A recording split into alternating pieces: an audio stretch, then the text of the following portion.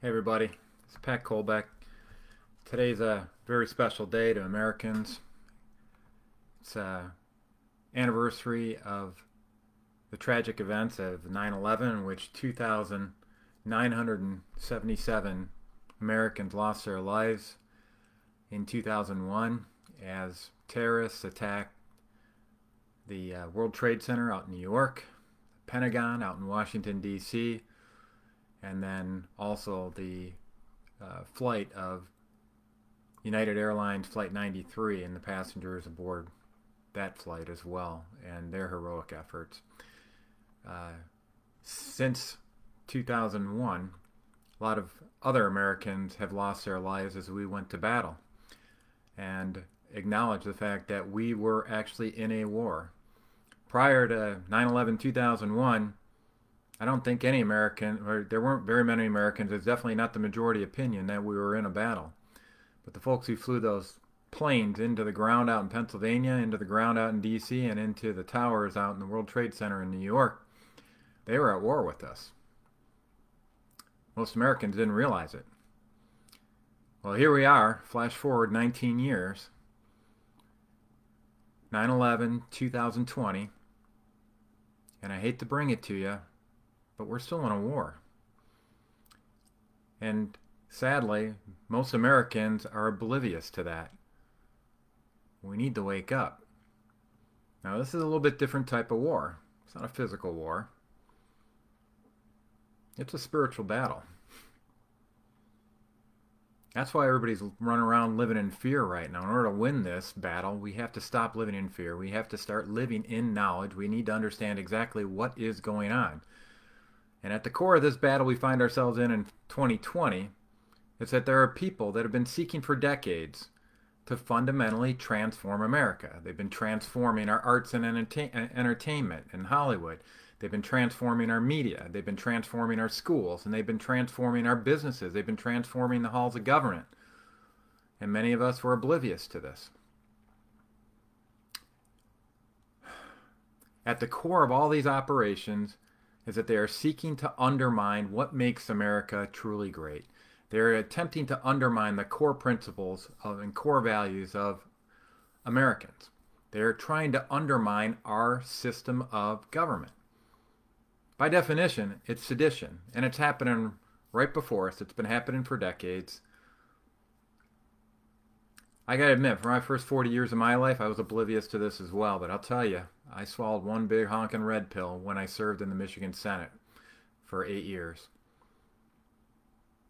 I saw people that were seeking to undermine our system of government on a regular basis. The concept of constitutional governance was under attack on a regular basis. Most notably for me, I noticed it in our school system. That's why I got engaged on the social studies standards and trying to make sure that whatever we came up with there was politically neutral and accurate. And when I got into the meat of all that, you found out that they were really trying to redefine what our system of government was inside our school system. It's not just our schools, though. It's businesses that are going off and giving money and funding what I would submit are enemies of the state, which are Marxists through the Black Lives Matter organization, that are trying to undermine our system of government. You see the fruits of their labors. You see the fruits of their labors and organizations like them, like Antifa, in cities like Portland, Seattle, and Minneapolis. That's not the road we want to go down, folks. And we need to recognize that this is just a culmination of efforts over decades to go off and try to fundamentally redefine who we are as America. And they're doing it not via constitutional amendments. They are doing it via arts and entertainment, via our schools, via elected representatives that fail to uphold their oaths of office and respect the Constitution.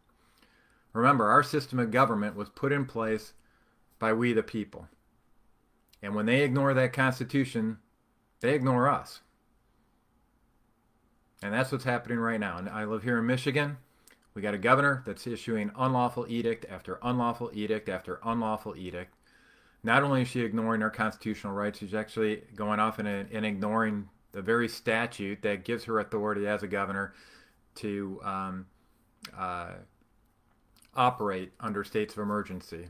And just to be clear, governor under the 1945 PA 302 does have the authority to declare a state of emergency, but under PA 390 of 1976, she only has the authority to extend a state of emergency beyond 28 days if both chambers of the legislature authorize that extension. Our Michigan legislature has not authorized that extension. She is acting unlawfully.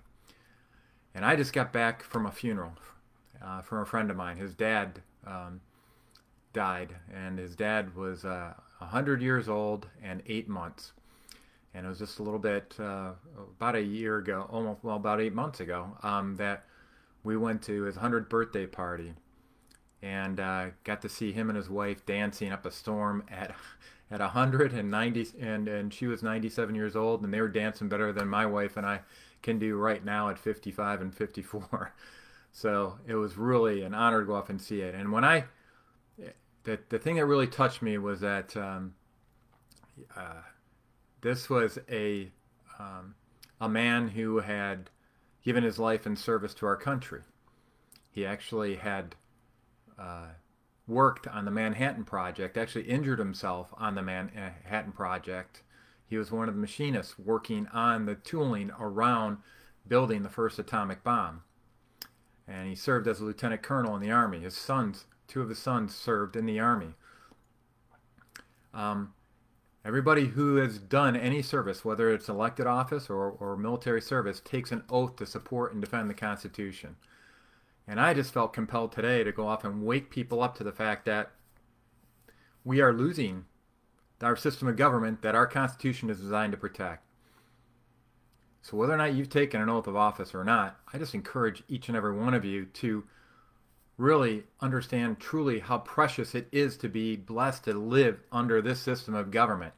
We have freedoms right now that are under assault, that are supposed to be protected by this Constitution. We've got John MacArthur and his parish out in his congregation out in California that are being banned from holding religious services by a court order. That's in America, you know, that First Amendment thing promising freedom of religion. That is currently under assault for any of us who are conservative like myself. And when you engage in discussions on sensitive subjects such as politics and religion, you understand that freedom of speech has been under assault for quite some time. Try going to a college campus nowadays and talking about matters that are not being pushed by the Marxist overlords that are writing these government policies up in these universities. And anybody living in a lockdown state like Michigan essentially is understands the threat to freedom of assembly. How many of you tried to have weddings and only to be told that you can't have more than 10 people in a building where you're going to hold the wedding? I mean, I was at the funeral today. You know, it's just ridiculous when you see the crazy spacing that's going on. Very little science behind all these edicts. Our elected representatives never asked the governor what the science is behind these edicts, but people in America at their heart are good. They want to go off and comply with authority. I understand that. But sometimes you have to take a look around and do some critical thinking as well. And when you understand that a lot of the orders that are abridging these freedoms are unconstitutional, they violate the law, they don't even support medical science, they're promoting political science, then it comes a time where you have to sit there and stand up and say, not on my watch. I believe that time has come for all Americans, particularly those living in the state of Michigan, where I live right now. We got a governor whose policies have been consistently harmful, not helpful. She's destroyed many lives. And I don't say that lightly. Her orders have directly led to conditions in nursing homes that have in turn led to the deaths of thousands of people in Michigan. She put COVID-19 patients with the most vulnerable people in our society when she had plenty of empty facilities where she could have put those folks. She didn't do that. She's threatened physicians with the loss of their licenses if they prescribe life-saving drugs like hydroxychloroquine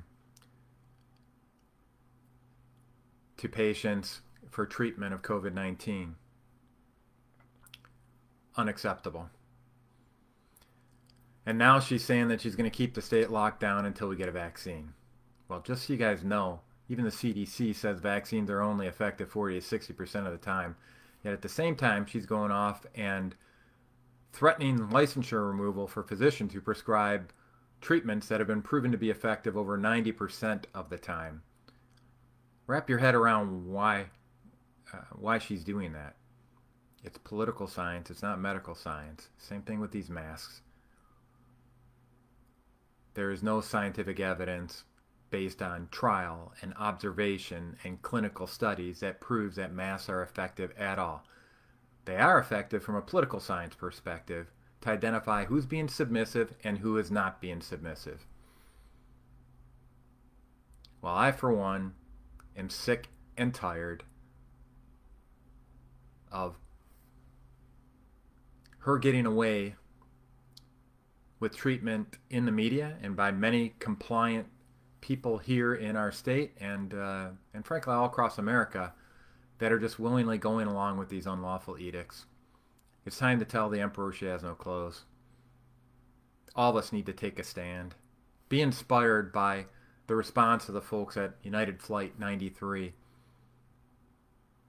when they stood up and said, we know what's happening now. They found out via their phones that these guys had no intention of just being simply hostage takers. They were going to kill them. Guys, what's happening right now in our country, 9/11, 2020, it's a little bit different circumstance, but we have a bunch of people running the ship right now that want to run America into the ground. I don't know about you. I'm not going to let that happen. So what can you do? Here's some things you can go off and do. If you haven't signed it already, sign the Unlock Michigan petition. That would repeal the 1945 PA 302 and remove the authority that the governor keeps leaning on for issuing her state of emergency extensions. The other thing you can go off and do is go off and send in or support, be a poll worker this election season and send an email to guardthevote@gmail.com. That's guardthevote@gmail.com. Say you want to be a poll worker and ensure the integrity of our upcoming election. And of course, get out and vote. If President Trump is not reelected, we're in some deep trouble right now. He's the only one who has taken a stand in elected office against these forces of fundamental transformation. Even his slogan, the first time he ran was Make America Great Again, now it's Keep America Great. You get an appreciation for the fact that President Trump has seen this battle between the forces of those who seek to fundamentally transform America and those who want to preserve America.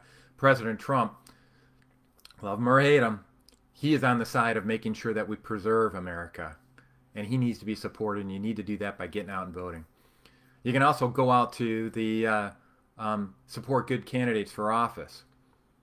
I encourage you to make donations out to the Principled Leadership PAC. You go to principledleadershippac.org to help out. Or you can support organizations like the Election Integrity Fund, which has filed 2 lawsuits against the governor and also against the Secretary of State here in Michigan to hold them accountable for their abridgment of our fundamental rights.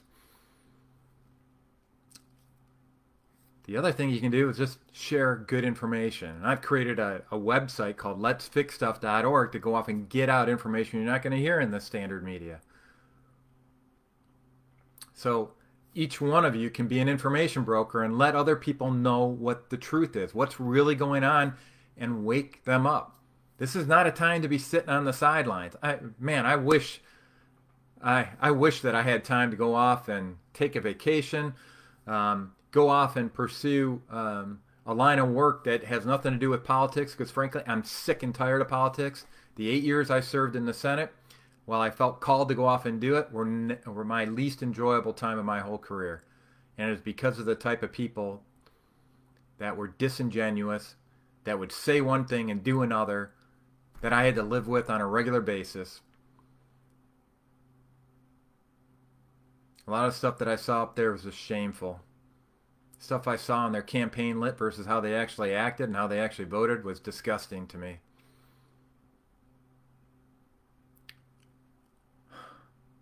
And it's part of that rot that has happened in our country over the last few decades. And now we just can't avoid seeing that rot and seeing what it's done to destroy the fundamental foundations of our nation. So I'm just calling each and every one of you that are watching this, get informed, get active, and above all, recognize that we are in the middle of a spiritual battle. So you need to pray. You need to pray. That's how you're going to get yourself aligned with God's will. Pray isn't about going off and asking Him for a whole bunch of stuff. Prayer is about making sure you're aligned with His will. And when you're aligned with His will, nothing can stop us, folks. A lot of what's happening right now reminds me of when the Israelite warriors were lined up against the Philistine warriors for 40 days as Goliath came down into the valley and talked smack about God. And it wasn't until David, who had aligned his heart with God, he was a man after God, came down there and said, "Are you guys listening to this same thing I'm listening to? You understand what this guy is saying, what this Goliath guy is saying about our God?" That's how it's been happening right here now in America, where a lot of people are just going through the motions, and we need some Davids to stand up and go off and hold people like Governor Whitmer accountable for their actions. She's talking smack about our Constitution. She's talking smack about our rights. She's talking smack about our statutes. And it's time we held her accountable. It's time we held her accountable. We need to remove her from office. We need to impeach her. And all it takes is one Michigan House representative to go off and do it. All we need is one David in our Michigan House to get the ball rolling. People are doing their job. We got folks like Carl Mankey standing up. We got folks like the Frisky family standing up. We've got the folks at Stand Up Michigan and Unlock Michigan standing up, and all the people who supported them with their petition drive standing up. We got folks that are issuing recall Governor Whitmer activities. They're standing up. Everybody needs to stand up. We've been blessed to live in an amazing country. And I don't know about you guys, but I've been behind the Iron Curtain. We do not want to go where these people that are seeking to fundamentally transform America are trying to take us. We don't want to go there.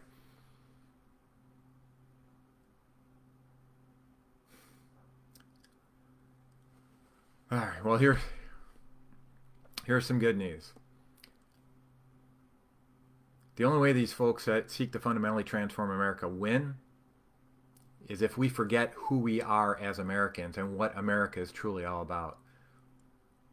They only win when they focus on the Howard Zinn Project narrative of what America is, which means that we've done evil decade after decade. They never hear about the good stuff in America. They never get into Philippians 4:8 mode. They never get into focusing on what's noble, true, excellent, and praiseworthy, and the fact that we've elevated millions, if not billions, of people all around the world from abject poverty. We've provided, and the fact that people are trying to get into America should be evidence enough that there's something special about America.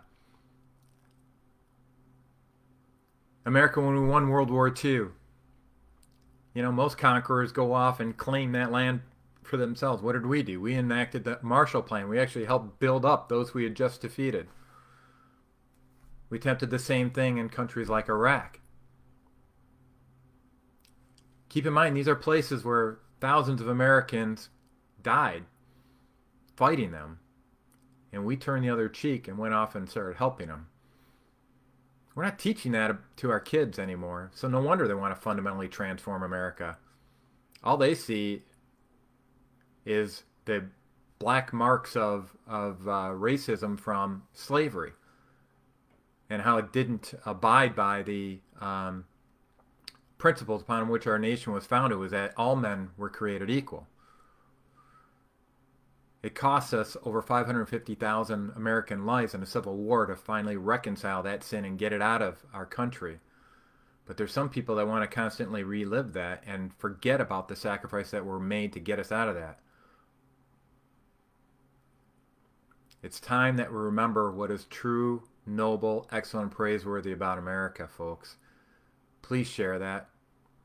And please join me and many others that are out there highlighting that we just need to remember what it's like to be an American and restore those principles and fight for those principles again.